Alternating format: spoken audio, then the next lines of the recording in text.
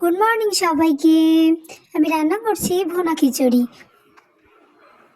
প্রথমে ডালগুলোকে ভেজে নিয়েছি, পর চাল ডাল ধুয়ে নিয়েছি, পরিমাণ মতো পানি গরম করে নিয়েছি, চুলায় একটি প্যান বসিয়ে তেল গরম করে নিয়েছি। তেলের মধ্যে গরম মশলা দিয়ে নেড়ে নিয়েছি, পর প্রয়োজনীয় মশলাগুলো দিয়ে দিয়েছি। সুন্দর মতো করে ভেজে নেওয়ার পর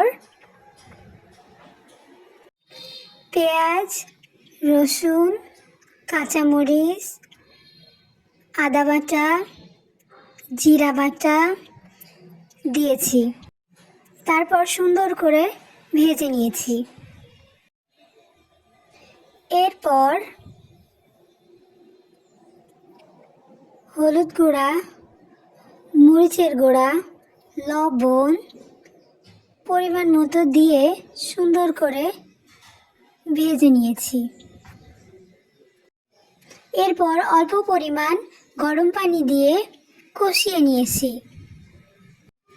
সুন্দর মতো কষানোর পর ধুয়ে রাখা চাল ডাল দিয়ে দিয়েছি। আবার সুন্দর করে চাল ডাল এবং মশলাগুলো ভেজে নিয়েছি। এরপর পরিমাণ মতো গরম পানি দিয়ে ঢেকে দিয়েছি। তৈরি হয়ে গেল আমার মজাদার ভুনা খিচুড়ি। ধন্যবাদ সবাইকে।